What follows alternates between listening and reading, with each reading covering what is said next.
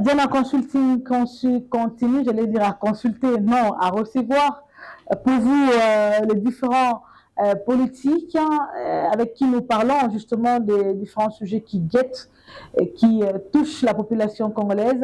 Eh bien, aujourd'hui, nous recevons pour vous Denis Belessi. Il dit qu'il est le seul et l'unique opposant dans le Haut-Katanga de Félix Antoine Tshilombo. Tu sais qu'il y avec lui nous touchons le sujet qui concerne l'informateur qui est justement en train de consulter la majorité parlementaire pour nous coucher à la fin un Premier ministre et puis après un gouvernement, la situation sécuritaire à l'Est. Mais avant d'y aller, nous allons parler de ces fameux 33 000 $ qui seraient en train d'être préparés pour le remettre aux parlementaires. On s'est dit, mais qu'est-ce qui se passe déjà? 21 000 $ était énorme pour la population congolaise. Denis Belessi, bienvenue à vous. Merci beaucoup, Madame Diane. Vous allez très bien? Oui, ça va très bien. Et Sidé Lamouka, tout va bien? En super forme, avec les leaders charismatiques, Martin Fayulu m'a dit. Ah, d'accord, mais attention, parce que quand on dit les leaders charismatiques, maximum charismatiques, nous faisons allusion au feu Étienne Tshisekedi Mambouba. Très bien, ce n'était pas une question. Non, lui, on a déjà rendu des hommages. Très bien. Oui. Alors, comment on voit Martin Fayulu? Parce qu'il faut dire la situation sécuritaire à l'Est nous fait parler, nous inquiète. Mais on ne le sent pas. Je vous avais dit ici, les leaders charismatiques, mais ils dorment ou ils sont fous de nous. Ce qui se passe à l'Est n'est pas son problème. Qu'est-ce qui se passe? Qu'est-ce qui justifie ce silence de Martin Fayulu? Oui, parler de la situation de l'Est, on ne peut pas utiliser le langage gestuel comme les enfants. Parler de la situation sécuritaire de l'Est, il n'y a que deux possibilités. Soit le dialogue, ou bien on attaque par la guerre. On accepte la guerre, on attaque l'ennemi. Et juste aujourd'hui, on essaye d'attaquer, mais on ne nous a pas convaincus de gagner l'ennemi qui est au milieu de nous depuis longtemps. Et l'ennemi change toujours ses dispensations. Hier, il était sous une autre forme de M23, c'est dompé beaucoup de tranches de rébellion là-bas, et on avait rassemblé les belligérants pour créer un état d'ensemble. Et cet état d'ensemble qu'on avait créé là, c'est beaucoup de gens critiques.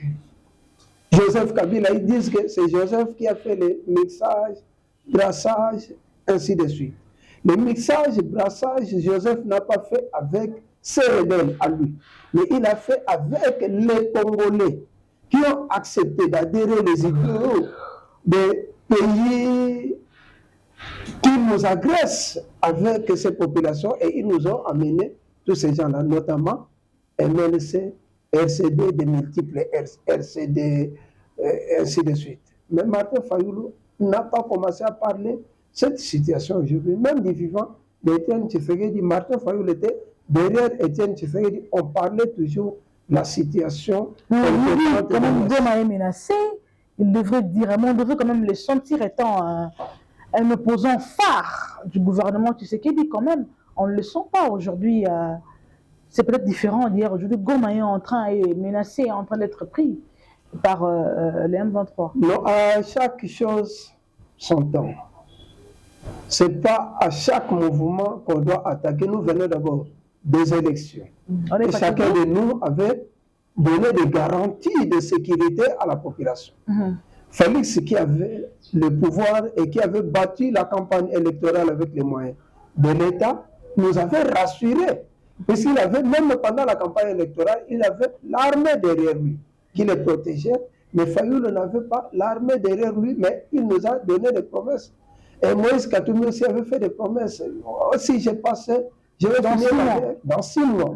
Et Fayulu aussi a dit, si je passe, je vais récupérer la situation, mettre la paix. Et Félix nous a dit, moindre escarmouche. Moindre escarmouche veut dire de petites rébellions, de petits bagarres entre la population. Mais quand il avait dit ça en pleine campagne électorale, il y avait vraiment déjà la guerre. On ne pouvait plus rentrer dans la conception d'escarmouche et ainsi de suite. Il y avait déjà la guerre. C'était question d'attaquer l'ennemi. Et attaquer l'ennemi, il accusait toujours celui qu'on considérait comme les présidents qui forment les terroristes, donc les États voyous. Le Rwanda, il a attaqué Paul Kagame, oui. il a attaqué à plusieurs fois. Mais cela ne suffisait pas. Il faut attaquer d'abord l'ennemi qui est sur le terrain avec les armes. Puis c'est l'ennemi en train de tuer. Et nous aussi, on devait les massacrer puisqu'ils sont minoritaires. Un nombre Vous pensez que notre armée est capable de faire ça? Faire la guerre au Rwanda? Mais pas que le Rwanda, derrière justement Paul Kagame, est soutenu par les Occidentaux. Et Madame Rega, il y a un problème qui se pose. Si on ne parvient pas à terminer avec cette situation, puisque les pays de EAC ont été stratèges, ce sont des pays qui préparent nos présidents en réalité. Puis les 3 présidents qui sont passés en RDC 3 fois successivement, en commençant par Mouzé, qui nous a amené tous ces gens, et nous voyons Joseph aussi, avec des brassages, mixages, et Félix aussi. Ils sont allés chercher leur pouvoir dans tous ces pays-là. Et maintenant, quand ils ont eu le pouvoir, et le pouvoir, avant de prendre, il y a les accords. Ils ont signé les accords, que nous considérons que c'était des accords rédhibitoires, qu'aucun Congolais ne connaît vraiment les secrets de leurs accords-là. C'est là où il y a des problèmes. S'ils étaient sincères, comme Étienne Tshisekedi disait à Mouzé, Mouzé montre-nous les accords, que cela nous suffise. Si tu nous montres les accords, on va payer à ces États l'argent qui le rentre à tous ces rebelles ici. C'est comme ça qu'Étienne Tshisekedi disait. Et aujourd'hui, la même phrase pouvait se répéter à Félix Tshisekedi. Si vous avez signé réellement des accords avec Uhuru Kenyatta, avec Museveni, vous étiez chez Museveni avant la campagne de 2018, vous étiez chez Uhuru Kenyatta, là où vous avez signé aussi vos accords avec Vital Kamerhe. S'il y a d'autres accords secrets, c'est à vous de nous dire. Mais c'est selon Mouzé, les pays que nous considérons comme les États voyous veulent à tout prix avoir une partie des terres. Ils revendiquent la terre et non le minerai, puisqu'ils savent dans les sous-sols, il y a la richesse. C'est ça qu'ils sont en train de revendiquer. C'est la même revendication qu'ils sont en train de faire avec Félix. Sûrement, si nous lisons les accords qu'ils ont signés, les accords de Nairobi, les accords de Lusaka, les accords de Luanda, il y a beaucoup de choses dans toutes ces histoires-là. Ok. Alors, Déby Lémessi, parlons un tout petit peu de l'actualité. Je crois que vous connaissez bien Augustin Karbouya, même de loin, nommé, désigné comme informateur par le chef de l'État. Quelle chance donnez-vous à ces messieurs pour nous ressortir, c'est vrai, après avoir consulté cette majorité parlementaire, c'est ce qui ça nous amènera à la fin à un Premier ministre. Quelle lecture faites-vous d'abord par rapport à cette désignation? L'élégance chrétienne, la civilisation chrétienne. Moi et Kabouya, nous sommes d'une même église. Ah bon? Oui, nous sommes des branamistes. On nous appelle comme ça des branamistes. Nous sommes des branamistes et je crois totalement à cet homme. Juste parce qu'il est branamiste? Oui, je crois. Parce qu'il a fait ses preuves en politique. Je crois à sa foi, qui est une ferme assurance. Là, nous parlons de la politique, la foi. Oui, la politique est liée aux vertus aussi. Vous voyez, Kabouya, on le considère, nous voyons seulement une seule image. Il a étudié, mais il n'a pas, selon certaines personnes, il n'a pas bien étudié comme d'autres personnes. Il faudrait dire qu'il n'est pas allé loin aux études, c'est ça, vous voulez dire? Non, bon, il est gradué. Il est gradué, et si c'est licencié de IES. Comment vous dites qu'il n'a pas bien étudié? Ça veut dire quoi? Non, beaucoup de gens le critiquent sur base de ça. Non, il n'a pas. Bon, son profil, vraiment, je ne maîtrise pas bien. Mais je connais sa foi. Je connais aussi ses qualités en tant que militant de l'IDPS. Donc, il a persévéré. Et il y a un moment, il avait quitté cette IDPS, il était parti avec Kiba Samaniba. C'était comme ça. Mais il est rentré toujours, c'est un ami, un petit de Félix de tous les temps. Il connaît ses valeurs et il a fait le choix à ce type-là.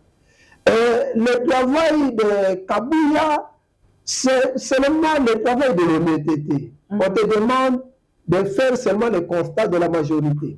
Donc, tu vois les partis politiques. Jusqu'à présent, il n'y a aucun parti politique qui est majoritaire au Parlement. 96, ce n'est pas majorité. 150, ce n'est pas majorité. Majorité qu'on cherche, c'est 50, 250. Ce qui est majoritaire? Non. Majorité parlementaire, c'est 250 députés plus 1.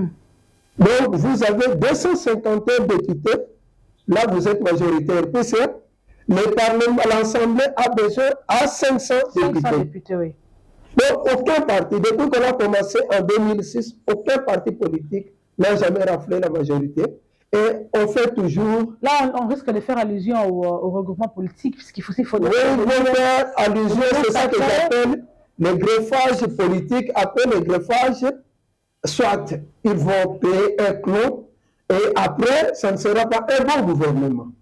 Puisque ce ne sont pas les gens politiques qui ne croient pas aux mêmes idéaux. Mais vous vous assemblez seulement.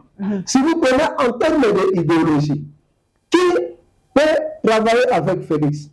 Premièrement, c'est Martin Fayoulou qui peut travailler avec Félix. C'est Martin Fayoulou. Oui, oui, la même idéologie. Il n'a pas de majorité. Non, si on parle en termes d'idéologie. Matata Mponyo, est-ce que vous le dites? Non, Matata Mponyo et Félix n'ont pas les mêmes idées, ils ne viennent pas d'une même école. Fayoulou vient de l'école d'Étienne Tshisekedi. Denis Sessanga également. Denis Sessanga vient de l'école d'Étienne Tshisekedi, mais un rétrograde de cette école. Mais Martin également est rétrograde. Non, Martin n'est pas rétrograde. Martin est resté avec la vision d'Étienne Tshisekedi, mais il ne croyait pas à Félix en tant qu'individu. Mais il croyait aux idéaux, aux valeurs d'Étienne Tshisekedi. Jusqu'aujourd'hui, la façon d'agir de Martin Fayoulou, c'est l'école d'Étienne Tshisekedi. C'est pourquoi d'autres personnes disent que Fayoulou est en train d'imiter Étienne Tshisekedi. Oui, s'il imite Étienne Tshisekedi et que Félix ne parvenait pas à imiter son père, donc Félix est dans l'erreur. Et chaque fois, je vous dis, en vérité, quand le pouvoir va quitter Félix, ça n'ira pas d'autre place. Ça ira seulement chez Martin Fayoulou.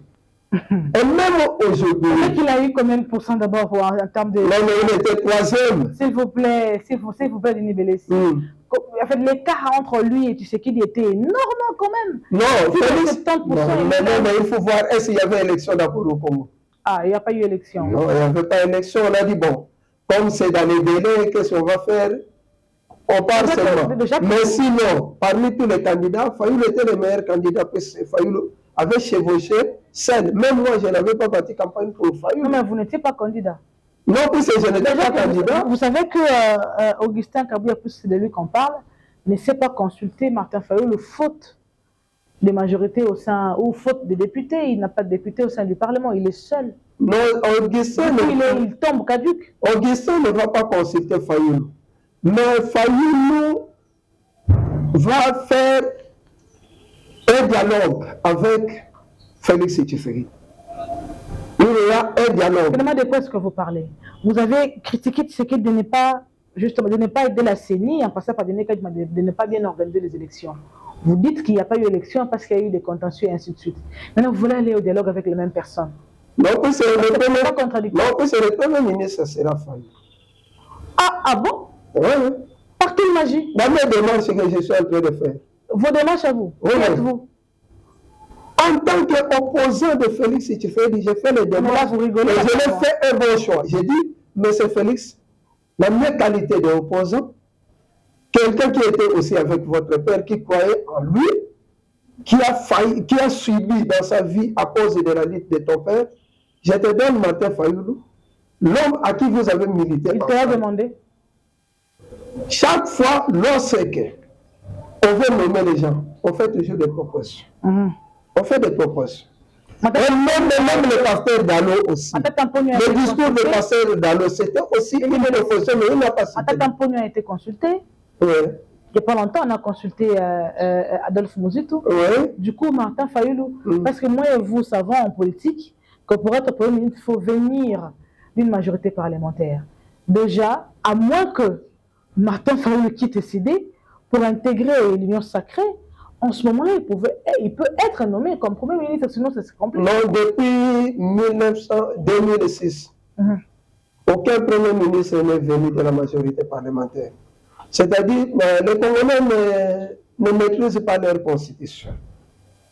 C'est pourquoi moi j'ai dit qu'on doit réviser beaucoup de points. Des fois, on pense que nous sommes dans un régime présidentiel, d'autres personnes pensent que c'est semi-présidentiel.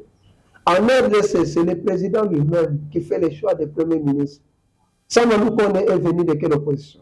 Oui, De quelle majorité? il y avait quand même, si Donc, tous les je peux premiers, dire un gouvernement de coalition, parce qu'à l'époque, tous les premiers ministres ça du fait pas la majorité Congo, parlementaire. tous les premiers ministres de la RDC sont venus toujours des dialogues, des arrangements. C'est pourquoi je vous dis que, c'est pourquoi je vous dis que président Félix va causer avec le président Fayoulou. Ce n'est pas Augustin. Vous allez voir, président Félix avec le président Fayoulou, ils vont dialoguer et le président Fayoulou va prendre la primature pour sauver ce pays. Et le président Félix le sait bien que parmi tous ces gens ici, la seule personne qui est intelligente, qui est honnête et courageux, qui remplit tous les 3 critères, c'est Martin Fayoulou. Les autres peuvent remplir 2 critères, mais manque un critère. Mais Fayoulou, intelligent, honnêteté et le courage. Donc c'est lui, pendant cette période, qui peut être le Premier ministre. C'est celui qui peut lancer les défis à Kagame.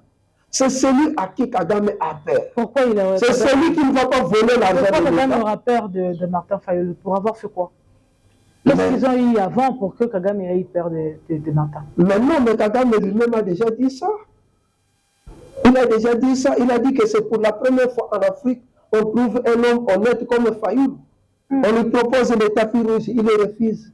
On lui propose des millions de dollars. Ah, mais même on lui proposera la primature, il refusera.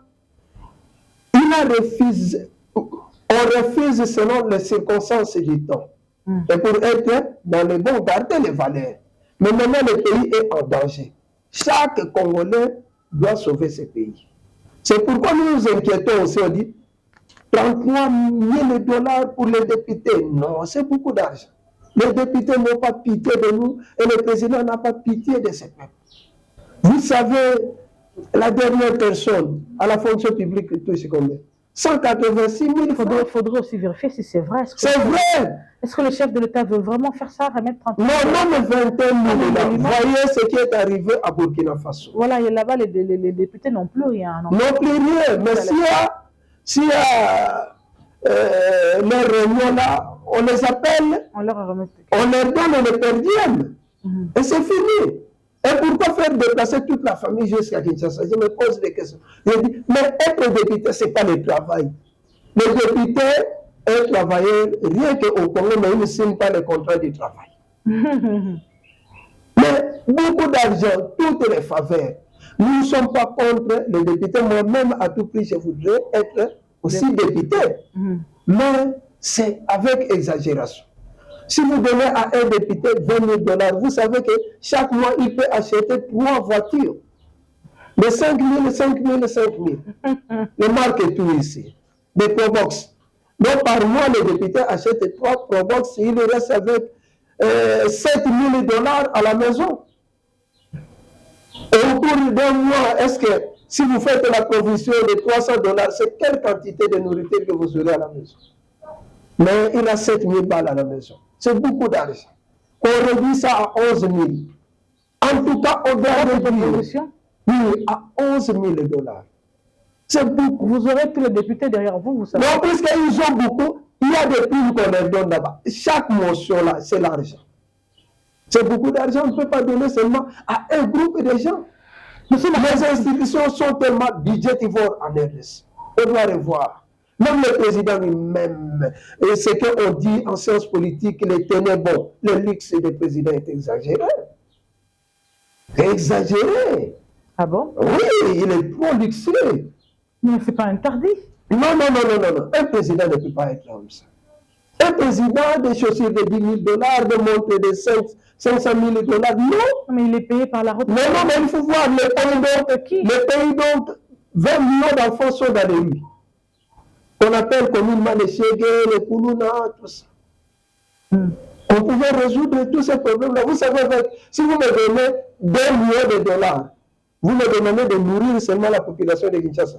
Mais je vais le nourrir pendant une année, rien qu'avec les poissons. Je pars en Chine ici, j'achète des filets, je distribue aux pêcheurs qui sont le long de la rivière Kasaï, qui sont jusqu'au lac rivière Lukeni, là-bas, les fleuves, ainsi de suite. Ils commencent à ravitailler Kinshasa avec des poissons. 2 millions de dollars ici. Une année, je vais nourrir Kinshasa avec les poissons. Très bien. On finit par ici, Denis Bélier, c'est la cité sécuritaire à l'est de la RDC. Le chef de l'État a appelé les RC, ça n'a pas tenu.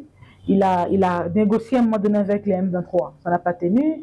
Il y a eu des conclusions, il y a eu des recommandations, on a demandé au M23 de cesser le feu.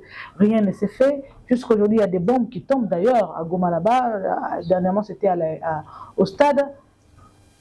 Qu'est-ce que le chef de l'État doit faire maintenant? Parce qu'il faut dire qu'il a presque tout fait. Ça ne marche pas, la diplomatie a échoué. L'option militaire n'est toujours pas envisageable. Qu'est-ce qu'il faut faire maintenant? On finit par là. Oui, dans la politique, on ne se fait pas des cadeaux. Et en politique aussi, le rapport entre les États, c'est autour des intérêts. Le président pensait que s'il demandait à ces gens-là de prendre les minéraux, tout ça, ils vont céder facilement. Non. Ils ont refusé ces cadeaux. Ils ont refusé les petits intérêts, ils cherchent les grands intérêts. Et on ne gagne jamais la guerre avec les organismes. Les organismes sont comme les hommes d'affaires, les hommes d'affaires qui viennent dans votre pays avec les capitaux, mais ils vous laissent aussi des problèmes. Lorsque vous amenez OTAN, vous amenez SADC, vous amenez EAC, vous amenez... Nous sommes avec la SADC. La MONUSCO, d'ailleurs, la MONUSCO, le plus grand contingent, était là. La MONUSCO n'a pas résolu les problèmes et elle nous a amené des problèmes. On amène EAC. EAC nous a amené des problèmes puisque Félix avait commis une grosse erreur. On ne termine pas la guerre avec les gens qui ont commencé la guerre. Ce sont les pays de EAC qui nous ont amené la rébellion. Mais Félix est allé prendre encore ces pays-là pour venir terminer la guerre. Et c'était une occasion pour eux de récupérer encore les terrains. Et il appelle les pays de la SADC, on dit d'accord. Et même moi, j'ai demandé à tout prix qu'on appelle les pays de la SADC. Mais par après, j'ai réfléchi, j'ai dit, les pays de la SADC étaient d'accord avec Mosé, puisque Mosé était leur ami. Mosé a passé tout le temps de sa vie dans les pays de la SADC. Et les pays de la SADC étaient d'accord avec Joseph, puisque Joseph est le fils à Mosé. Et il est né aussi là-bas, grandi en Tanzanie, passé tout le temps de sa vie. Mais les amis de l'UDPS étaient de François Mitterrand, tous ces présidents qui sont déjà morts. Et maintenant, Félix est en difficulté, il n'a pas d'amis président. Il cherche d'avoir les amis présidents. Et les amis présidents que Félix cherche aujourd'hui étaient hier les amis présidents de Joseph Kabila. Peut-être qu'ils ne sont pas d'accord avec le traitement de Kabila. Et c'est pourquoi d'autres personnes préfèrent... Quel traitement de Kabila? Kabila est tranquille dans son... Non, on a encore vu faire la proposition... Dans son Kingakat, il est en train de vivre tranquillement. Non, on a encore vu faire la proposition en tant que sage. Il a dit pour finir avec tous ces problèmes, il n'y a que 3 personnes qui peuvent dialoguer. Félix Tshisekedi, Kabila et Martin Fayulu. Vous verrez que le problème sera résolu. Là, c'était en 2020. Mais Félix avait préféré qu'on parle aux consultations. Kabila a dit ça quand nous, ici, nous n'avons pas entendu. On l'a entendu. Oui, avant les consultations. Quand on avait consulté, il a fait la proposition à Félix. Il a dit tout ce que nous sommes en train de faire ici, c'est nul. Appelez seulement 3 personnes, vous verrez que le problème sera résolu. Donc jusqu'ici, comme solution, selon vous, pour l'Est, il faudrait que Kabila, Fayulu, Tshisekedi dialogue. Exactement. Félix pensait qu'il va résoudre le problème avec Mbemba et Katumbi. Mais il n'a pas résolu le problème avec Mbemba, Katumbi, Vital, Mbouissa Nyamousi, Bahati et les autres. Le problème n'est pas résolu. Maintenant, qu'il voit aussi autrement pour l'intérêt du pays. Qu'il cherche à résoudre le problème avec Kabila et Fayulu. Je vous assure, les jours que Félix, ils vont s'asseoir comme ça à 3. Et on peut même le cardinal Mosengo et le cardinal Amongo aussi, on le met là-bas. Vous verrez que le problème sera résolu. Denis Bélier, si c'était votre dernier mot, Diana Consulting vous remercie d'avoir passé par ici. C'est à moi de vous remercier. Merci beaucoup. Voilà, c'est la fin de cette émission Actualité du jour. C'était Denis Bélier de la Mouka avec Martin Fayulu Madidi. À très bientôt.